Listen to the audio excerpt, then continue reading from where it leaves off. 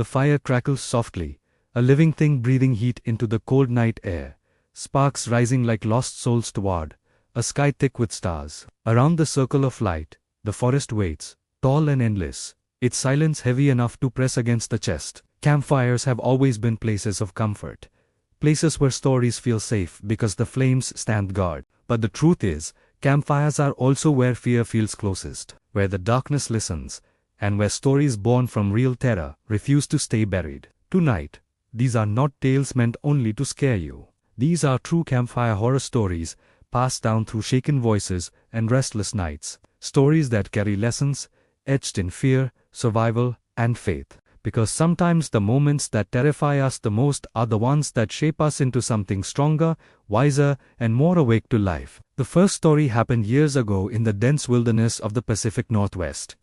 A place where trees grow so tall, they swallow sound, and trails vanish if you lose focus for even a moment. A group of 5 college friends decided to celebrate the end of a brutal semester by camping far from civilization. They wanted isolation, freedom, a place where phones lost signal, and responsibilities felt unreal. Locals at the last gas station warned them not to camp near an old fire lookout, deep in the woods, a structure abandoned decades earlier after a ranger disappeared without explanation. The friends laughed it off, calling it another exaggerated small-town myth, and drove on with music blasting and confidence overflowing. By the time they reached the clearing, dusk was settling in, painting the forest in deep blues and grays. They set up their tents quickly and built a large campfire, its flames snapping loudly as if trying to warn them. As night fell, they sat close together, trading jokes and ghost stories, the firelight dancing across their faces. Somewhere beyond the ring of light, a branch snapped. They froze for a second,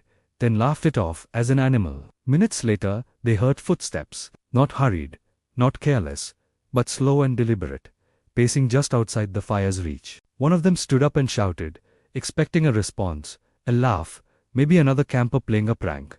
There was nothing. The footsteps stopped, then began again, on the opposite side of the clearing. Fear crept in quietly, the way cold seeps through thin clothing. They added more wood to the fire, watching the flames surge higher, and as they did, the footsteps faded back into the forest. They barely slept that night. Every rustle sounded like breathing, every shadow felt closer than it should. When morning came, pale and foggy, one of the girls stepped out of her tent and screamed. Muddy boot prints circled the campsite, perfectly formed, stopping inches from each tent flap.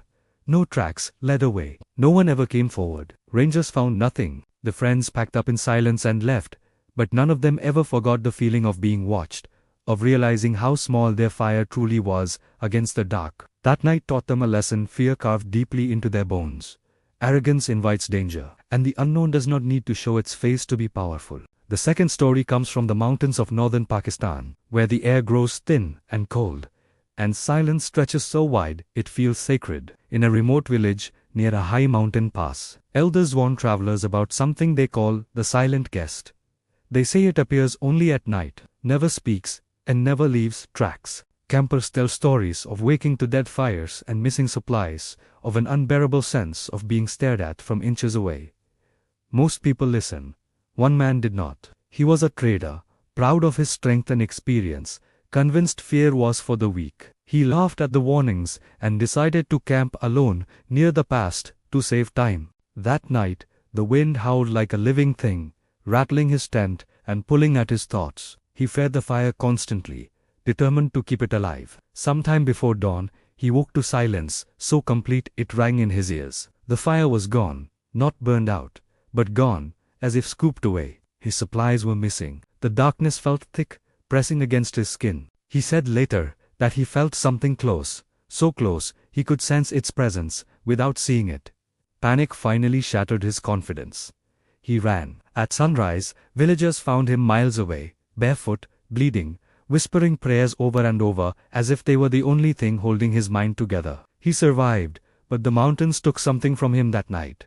His arrogance. From these true campfire horrors rise lessons that burn brighter than fear itself. The first and deepest lesson is this: respect the unknown, or it will teach you respect in ways you will never forget. Fear often arrives when we believe we are in control. A campfire gives us the illusion of safety, a small circle of warmth that makes us forget how vast the darkness truly is. The students believed their numbers and youth made them untouchable. They mocked warnings, assuming danger always announces itself loudly and clearly. Instead, it came quietly, patiently, circling them in the dark. Respecting the unknown does not mean living afraid. It means acknowledging that not everything is meant to be challenged, rushed, or laughed away. In life, this lesson repeats itself constantly. We ignore red flags in relationships, dismiss advice from elders, rush into decisions without prayer or reflection, convinced we know better. And when consequences arrive, they often come silently, standing inches from where we sleep.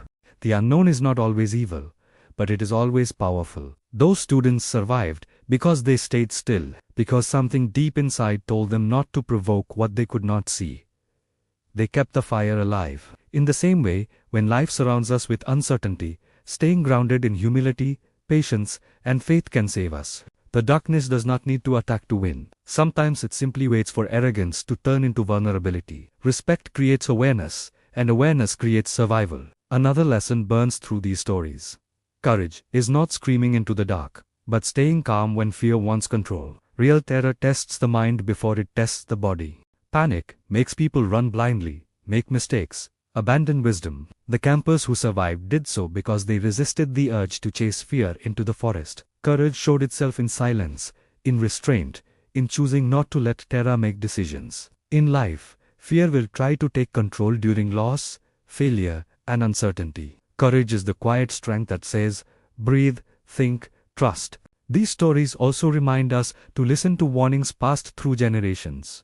Folklore is not always fiction. Many legends are survival stories wrapped in symbolism, softened enough to be remembered. The elders' warnings about the silent guest were not meant to scare children for fun. They were echoes of real encounters. Wisdom is often mistaken for restriction until it saves a life. When someone who has walked the path before you offers advice, they are offering scars, not chains. Darkness, whether in a forest or in life, has a way of revealing who we truly are. When the fire dies and confidence fades, masks fall away. The man found praying in the mountains discovered who he was when strength failed him. Hardship strips us to our core, exposing pride, fear, faith, or resilience.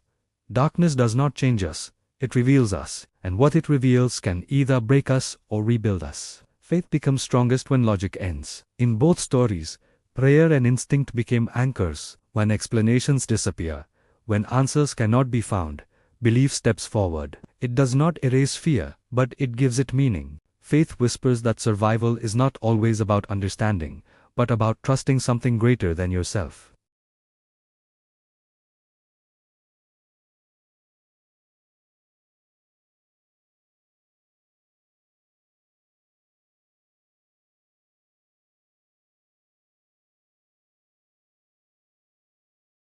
In life, the same is true. Sometimes the bravest thing you can do is wait, pray, and endure. Humility protects where strength fails. The mountains humbled the proud traveler. Strength alone could not save him. Accepting that we are small in a vast world allows us to move carefully, to listen, to survive not just physically, but spiritually. Humility opens the door to wisdom, and wisdom keeps us alive. Finally, fear itself can become a teacher instead of a prison. Those who lived through these nights carried fear with them, but they also carried awareness, gratitude, and respect for life. Fear sharpens the senses. It reminds us of what matters. When understood, it no longer cages us. It guides us. As the fire burns lower and the forest presses closer, remember this: fear is real, but so is resilience. Life will lead you into dark forests and silent mountains where answers feel far away and confidence feels fragile.